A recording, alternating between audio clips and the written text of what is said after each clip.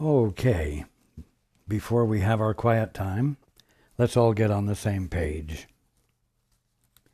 If you're reading from the Sparkly book, it's page 400, a new chapter entitled Forgiveness and Healing.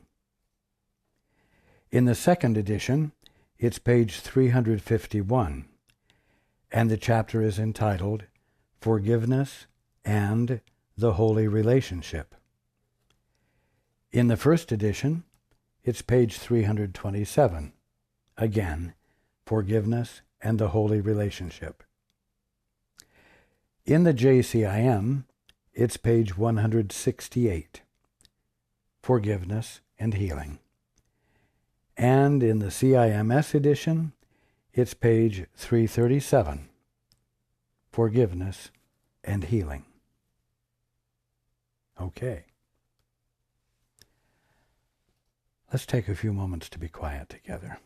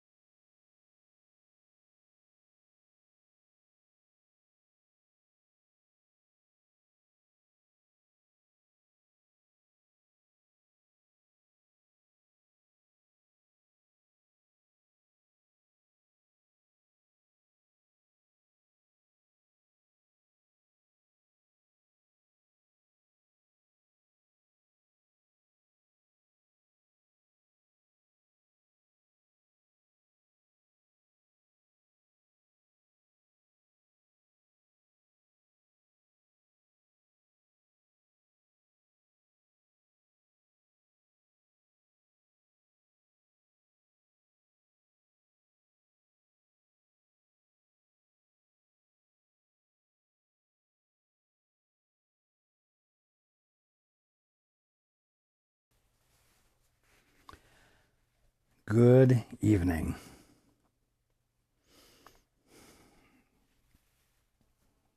and welcome to everyone who's joining us on the internet.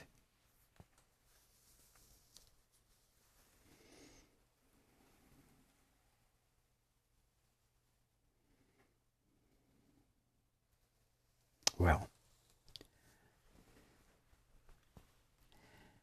if everyone hasn't realized it,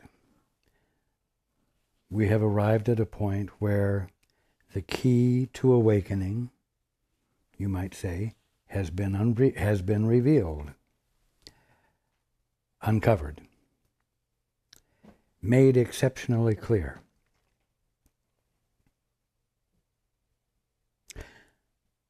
The practice of the holy instant, the practice of the two-step, is the means of waking up.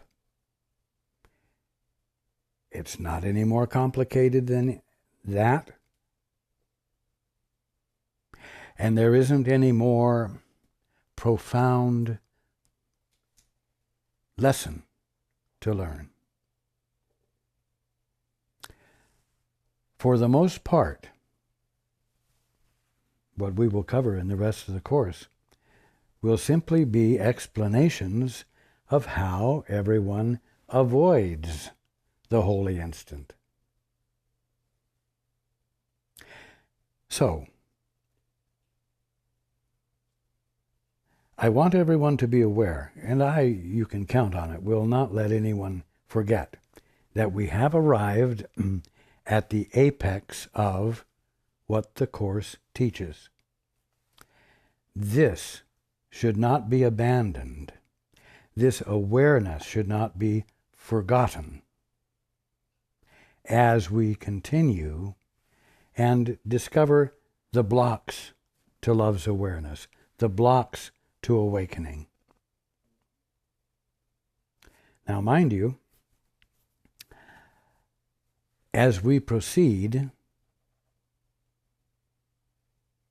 all of you will find at one time or another an explanation of the blocks that you specifically use, and it will make sense to you. But you know what?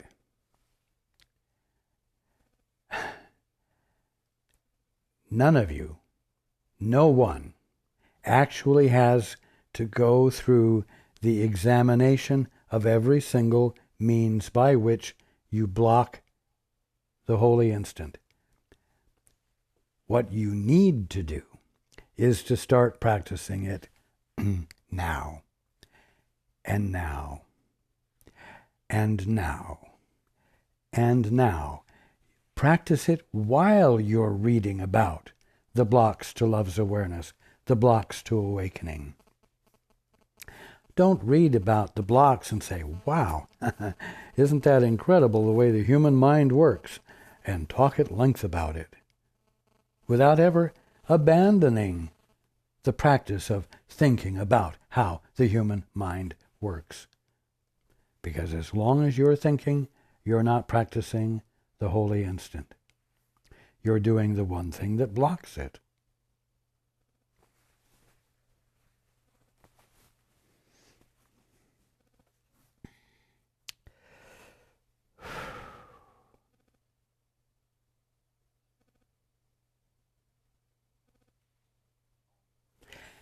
During this past week, as you have attempted, we'll say, to be radical and to hesitate and ask for the Father's perspective now, and now, you may have had clarification. You may have had wonderful examples of God's perspective, which is radical to your present sense of things. You also may have experienced a week in which things seemed to get worse.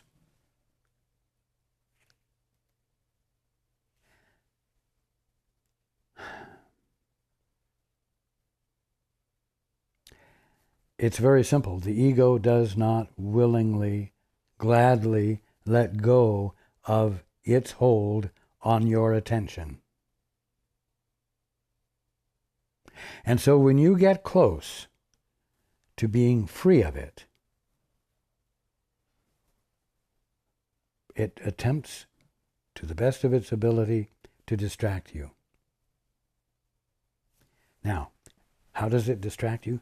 Not by giving you a string of words that you can use as a defense against waking up, but rather by suggesting to you really interesting things that you might do to make things better, or provide you with a new radical project for you to work on, for you to develop, you see.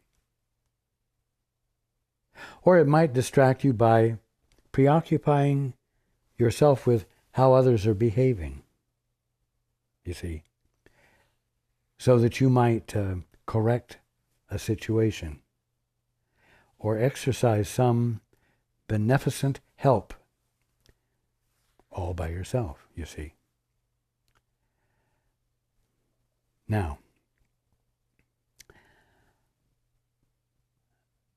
the key to awakening, the practice of the holy instant, amounts to something utterly simple. So simple that it goes right past you.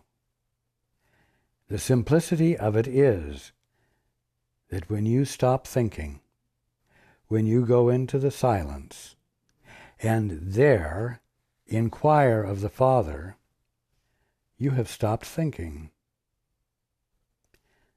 The silence is the key, and the inquiry of the Father, or the inquiry of the Holy Spirit, is the essential and only step needed, other than listening and accepting what unfolds, what is presented to you. But you know what? Most of you think that being conscious means thinking. If you're not sleeping, if you're awake, you're thinking. But of course, anyone who learns meditation soon discovers that there is a way to be conscious without thinking.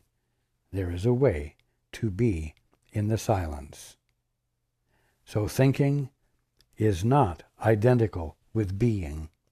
It is not inseparable from being. It is not inseparable from your existing as you. What you think doesn't make you you. You simply are you. And in the silence of your mind, you experience that. And in the experience of the fact that thinking has nothing to do with your being, you become free to listen. You become truly free to ask, what is the truth here? In the unendingness of me, in the silence that I'm experiencing, what is the truth of my being in the silence? What is the truth that it's the birthright of my mind to be experiencing? You're conditioned against not thinking, believe it or not. After all, how many of you have heard the admonishment?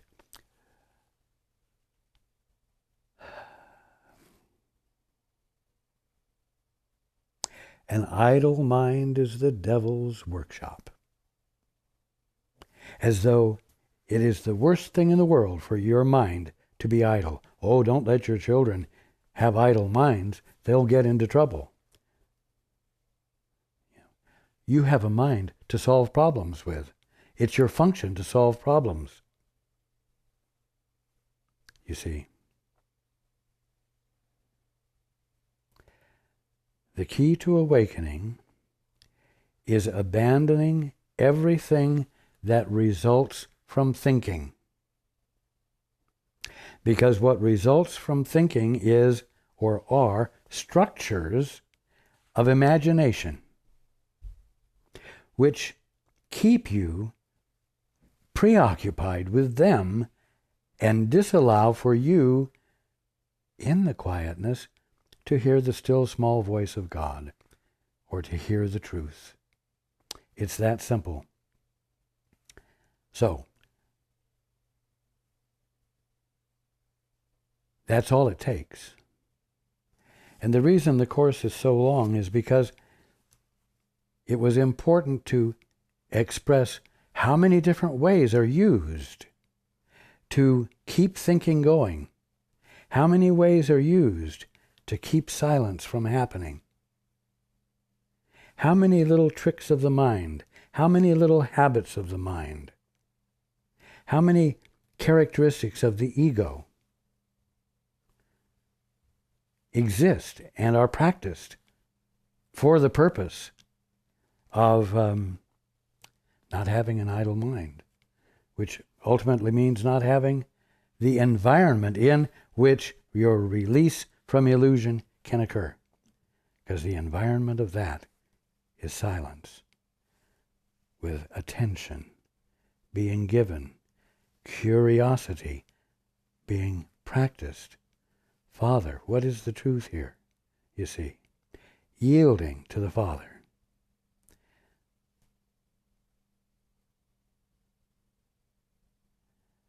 You think that if you do it, you will cease to be. But what you are in your divine wholeness and in your capacity to experience creation as what it is rather than what you've defined it as, that is your birthright. And that is what you are. You are the place of acknowledgement of what creation is, and by the acknowledgement, in the acknowledgement, participating in creation, being co-creators, by introducing nothing foreign to it, and thereby being able to experience all of it in its actuality, which constitutes the joy of your being, because that is your function.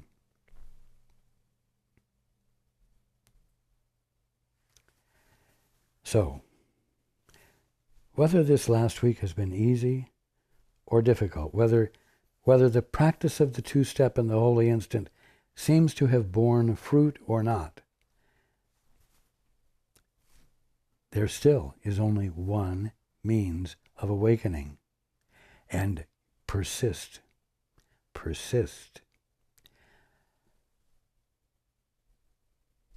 Well, you say, I don't have enough faith, I don't have enough impetus to go the distance. It's going to be a lot harder than what I can accomplish. But it's not true.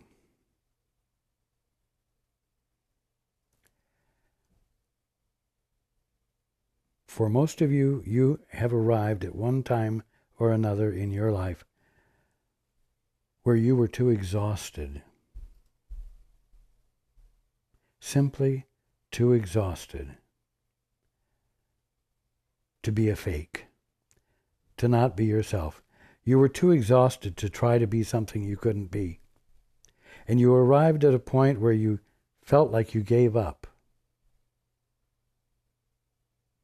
And when you gave up, revelation occurred.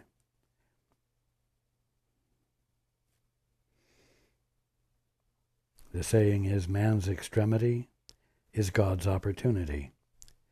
And that's because in moments of true helplessness, where you feel truly helpless, and you just let yourself be there because you don't have any energy to be anywhere else, at that moment, the light flashes, it turns on, the illumination occurs. To one degree or another, all of you have had some experience like that. And if you haven't yet, it It's on your threshold, because it is awakening time. I promise you that. So you see, it isn't a matter of being equal to waking up. It's actually a matter of doing less, and of arriving at a point voluntarily or involuntarily where you give up, where you stop trying to be something, and you stop saying, my will be done, and you start saying, thy will be done, and mean it.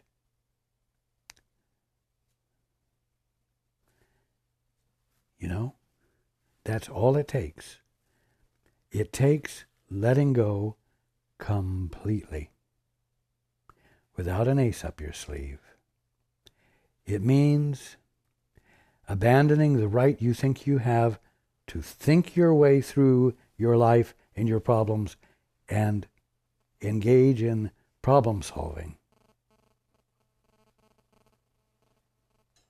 If you have a counselor who can provide you with perspective far beyond what you can drum up in your imagination, and that counselor provides you with perspective that you find out is your real perspective, but you've just been ignoring it, can you see that that process isn't a loss of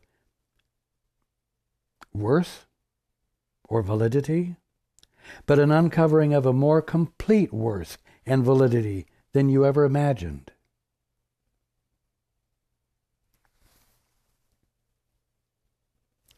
That's what this is about. And that's what you must remember. And that's what you must attempt to practice as you go through your day, an activity which you habitually have approached as opportunity after opportunity for you to think your way through this, that, or the other thing and demonstrate success. You must be willing to go through your day constantly saying, Father, what is the truth here? Father, what is the truth here? Not my will be done, but thy will be done. You see, what is your will? Because I know that everything I try to do by myself is going to keep me in the dark, is going to keep me ignorant, even though I'm totally familiar with it and feel fully functional. You see? It's the fact that the simplicity of, quote, the process, unquote, of waking up involves doing the very thing that you thought gave you meaning. It's that causes you to be unwilling to put your faith in it and to lean into it and to yield into it, to let go into it, you see?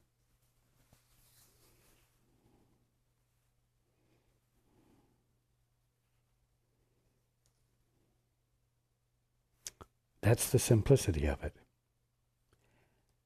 And so, waking up is a matter of going against your conditioning. It truly is.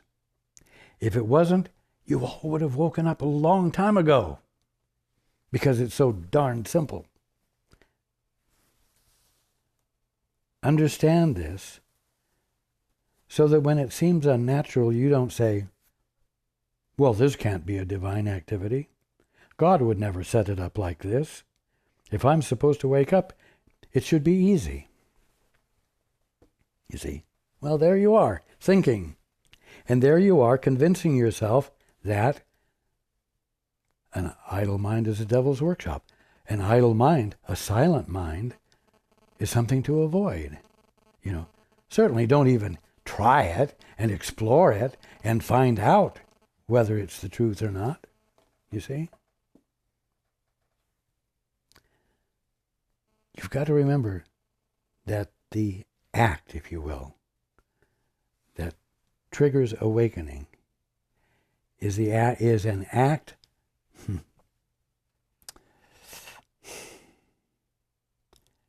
an effortless act.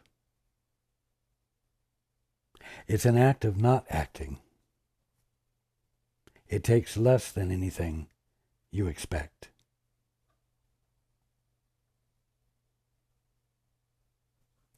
Let's go into the book. Subject of this chapter, forgiveness and healing, or forgiveness and the holy relationship. The betrayal of the Son of God lies only in illusions, and all his sins are but his own imagining. The betrayal of the Son of God. Well, the betrayal is when you turn someone over to an enemy. When you cause someone to be at a disadvantage in the face of something that's not in his best interest. Well, you do that all the time with each other. You look at each other and you say, oh, she's not the Son of God. Oh, he's not the Son of God. She's not the daughter of God, and he's not the Son of God. No, he's a bastard and she's a bitch. Boy, if you saw what she did last week, and blah, blah, blah. You betray your brother and sister. Why? Because your act didn't involve acknowledging God in him or her, but something else, something unlike God. Something unlike God is something opposite of God, something opposite of good. And so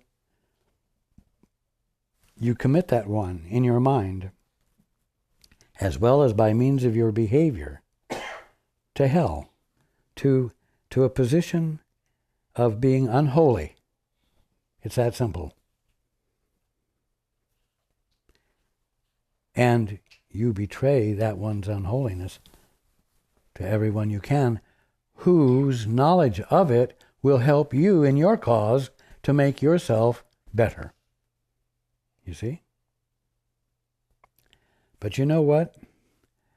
When you said, Father, I would rather see things my way. Father, I would rather make the definitions. I want a divorce. You betrayed yourself, because you turned yourself over to what's left when you've disconnected from your source. And when you've disconnected from your source, you're left with that which is unlike your source. And so you've betrayed yourself to an ego that you call yours. So the betrayal of the Son of God lies only in illusions, and all his sins are but his own imagining. Listen, he need not be forgiven. You know, we've been talking about forgiveness, but he need not be forgiven, but awakened. That's what the two-step is for. To put you in a position not of infinite progression, but immediate perfection, immediate experience of what you divinely are. That's awakening. It's not forgiveness. In his dreams, he has betrayed himself, his brothers, and his God. Yet, and here's the key, what is done in dreams has not been really done. That's why I say that when you look at everything around you and just say that it's a material world, that it's a planet and a universe that was happenstance, pure physical evolution, having nothing to do with a divine principle or a God, you are misperceiving and misunderstanding the kingdom of heaven, because the kingdom of heaven is the only thing confronting you to experience clearly or through a glass darkly. unclearly. It's that simple. If you're seeing it through a glass darkly, you haven't changed what you're looking at. You've just altered your perception. And so that's why I say, when you're looking at this and you see injury, illness, sin, and so on, it's because of the lens that you're looking through. There isn't an actual damage or illness or injury that needs to be manipulated into a better form. You have to take off the lens through which you're looking at it. And like that, the illusion of sin, sickness, and death will stop, because it isn't happening. It is a current misperception of the current manifestation of creation, God's creation, the kingdom of heaven. Right now, if you understand that, if you grasp what I'm saying, it will allow you to embrace radical, sudden changes of perception. Because you'll realize you don't have to wait for matter to go through necessary physical processes to change. The lens that causes you to see the substance of spirit and call it matter, when you take that lens off, the appearance of matter that's difficult to change is gone, and you are left with the flawless perception of reality, of the kingdom of heaven. Not just a perception, but also the feeling. Because whether it's a sofa, or a carpet, or a flower, or a rock, it is absolutely divine. And it is not a separate divinity from your divinity. And it is living love. And it is expressing love toward every other part of creation. So that all of creation blesses all of creation constantly, and that feeling is radically different from what you're experiencing right now. Again, it doesn't need to take eons to arrive at that experience. What it requires is a certain defenselessness. See, not hard work, but the absence of work. Not a strong defense, but, defenselessness, you see.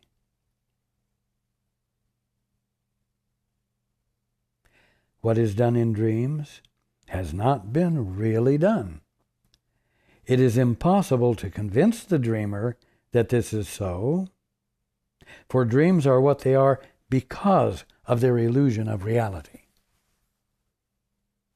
At night when you're dreaming, you have no sense whatsoever that what's happening isn't anything other than real. But it's not.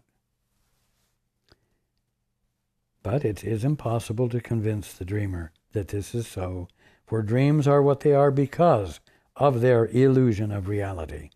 Only in waking is the full release from them, for only then does it become perfectly apparent that they had no effect on reality at all and did not change it.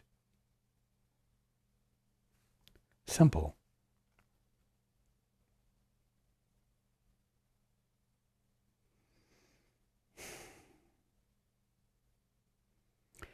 It didn't change it.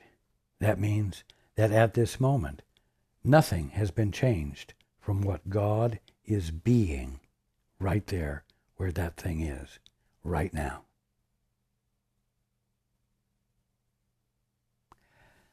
The truth of what God is being right where you are, or right where anything is available to you now. Because it's a distorted perception that's blocking its truth from you, while not changing it at all. keep reminding yourself of this because it's foreign to the way you think. You must help yourself by practicing, I'm going to say, thinking truly. And I'm hesitating to say that. But as you consider what I'm saying, it will become clear to you that no matter what's in your face, the divine truth about it, the God-presencing fact about it, is present right now, no matter how unlike that it appears. And what it truly is available to you right now. And the only thing that needs to happen to see it is the abandonment of your confidence that you know what it is, or the abandonment of your supposed right to have the authority to see things the way you want to see them, which means saying, not my will, but thine be done.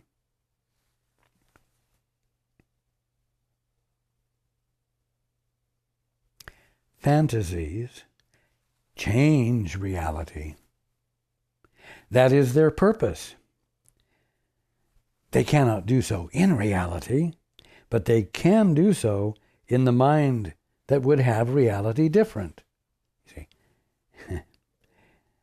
they can do so in the mind that says, Father, I'd rather see it my way.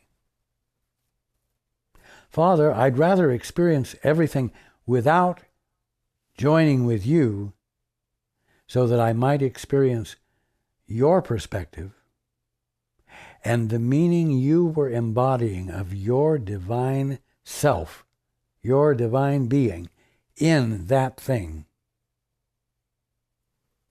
You're saying, I don't want that, you see. Now all you have to do is stop not wanting that and saying, you know what? I don't have the foggiest notion what that carpet means. I haven't the foggiest notion what divine movement of God is embodied in what I call a carpet. You see, everything becomes something to become curious about, alive to.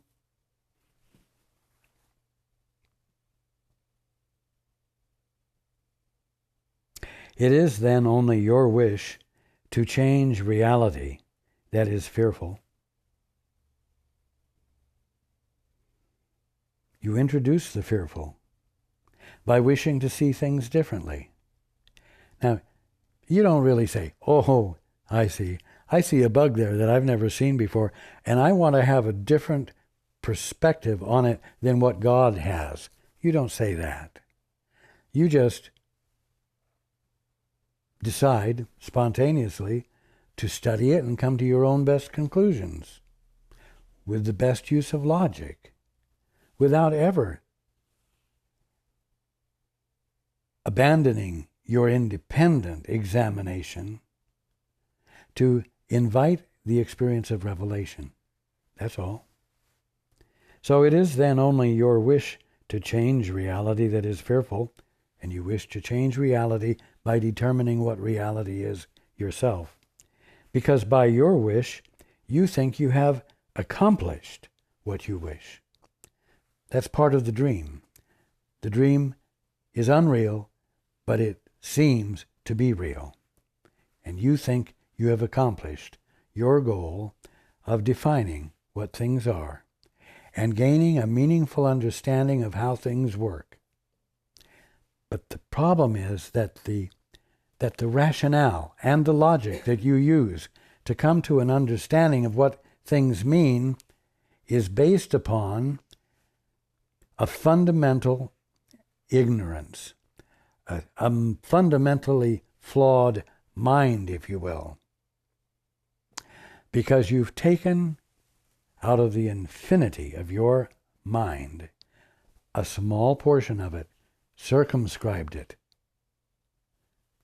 separated from the rest, causing the rest to become the Holy Spirit. held in trust, your right mind held in trust while you dally with this tiny small part, you see.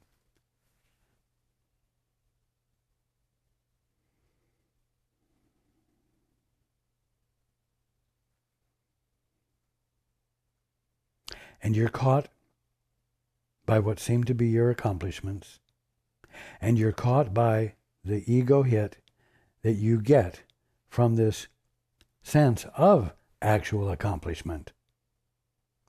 When the fact is that disconnected from your source, separated from your whole mind, there is no way to come to unflawed conclusions.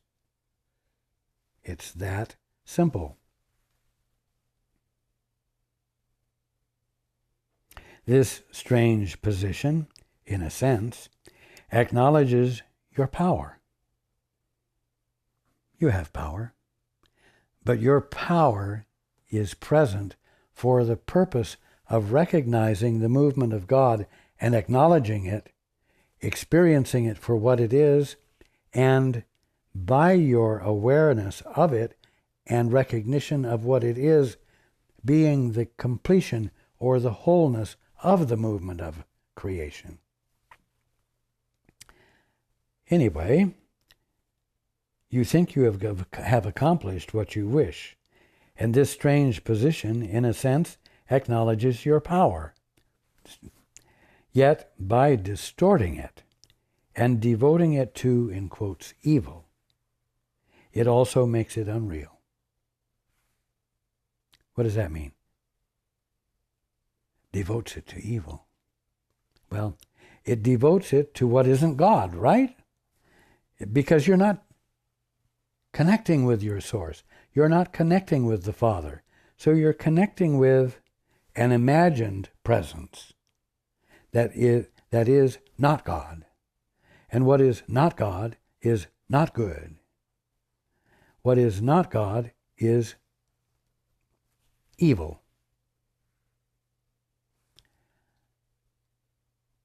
Not a power, not a presence, but an experience you have as long as you exist in a state of denying God and denying your birthright. Simple.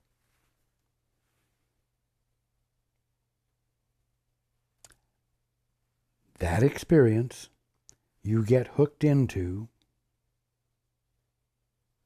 and you function at odds with the Father, and you function in a manner that disallows for your awakening. That is destructive. And evil is as good a word to use for destructive as anything else. Yet, by distorting it and devoting it to evil, it also makes it unreal. Why? Because it brings everything into the realm of the disconnected orphan mentality, in which nothing is actually happening, because there is no such thing as a disconnected orphan mentality, except to the dreamer, as long as the dreamer insists on dreaming. What you use in fantasy, you cannot be faithful to two masters who ask of you conflicting things. Simple. What you use in fantasy, you deny to truth.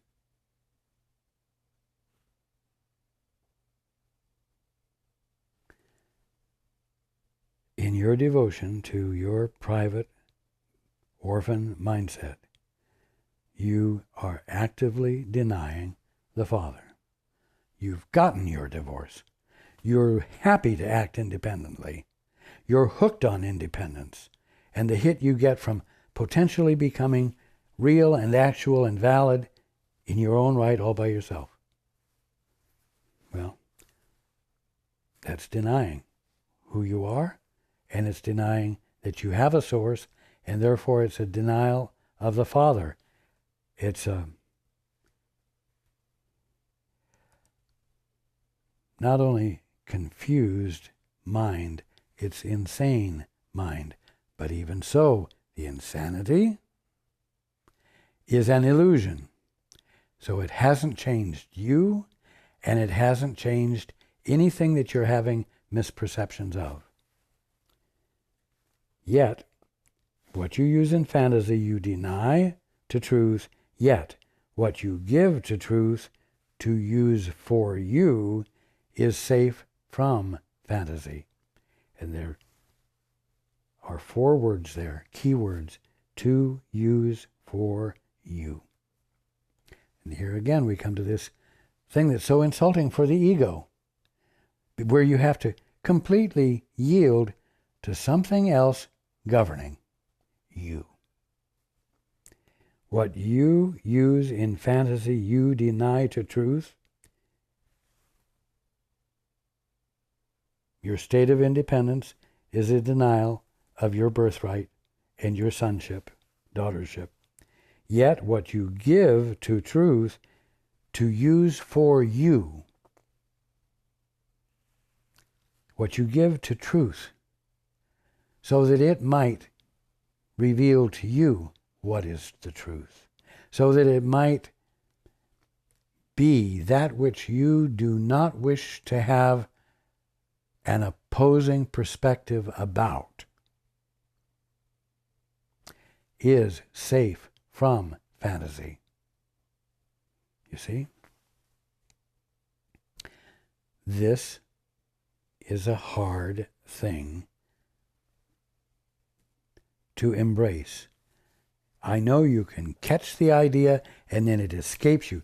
You get a glimpse of it and you feel the truth of it, but it escapes you immediately. Keep providing the opportunity for the glimpse by considering what we're talking about,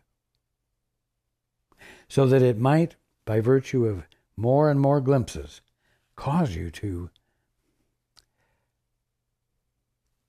be able to be more believing, so that you might arrive at a point where it seems justifiable to just simply stop thinking and listen, so that the true perception can be provided to you, uncovering the true experience of who you are, so that you might take your place as co-creators with God and be through with the dream, be through with prolonged sin, sickness, and death. Immediate release is the only kind of release you're ever going to experience. So, practice the holy instant. Do the 2-step with a radical anticipation of truly different perspective and truly different perceptions of the same old, that uncover that what you thought was the same old is the incredible, awesome kingdom of heaven. And it's the uncovering of capacities you didn't know your mind had, which it's your birthright to have returned to you, and which the Holy Spirit, which is nothing more than your right mind, is insisting on helping you reincorporate.